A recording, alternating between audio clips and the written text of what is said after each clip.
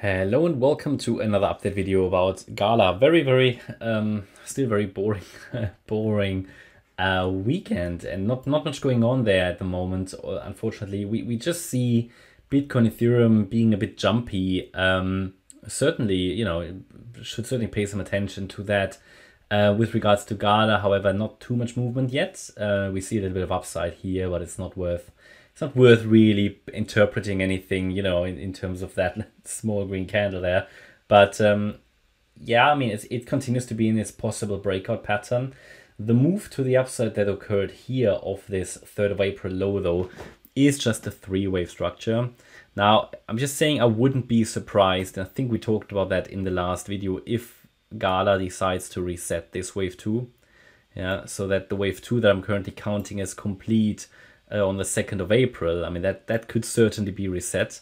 Just highlighting here that this is certainly a likely option if the market needs a bit of a deeper pullback here, because, whenever you get these pullbacks, for example, here in a wave 2, that's at least a potential, right? And it doesn't really get off the ground. I mean, unless it really breaks above the 4.2 cent level, you don't really...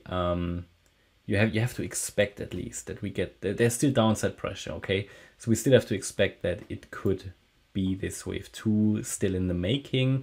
For example, in an extended C wave ending diagonal. We'll see how this is going to play out, but the message here remains the same. So as long as we're holding 3.75 cents, then this yellow wave 2 is in the making, or maybe already over. So we would expect the yellow count to work out, basically a direct escalation without any deeper pullback, and getting towards whatever, 5, 6 to 10 cents in the next few weeks, months maybe.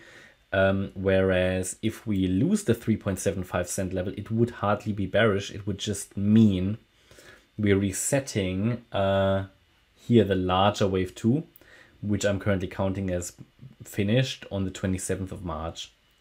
So this wave 2 could then move over. That's why I've got this alternate wave 2 there.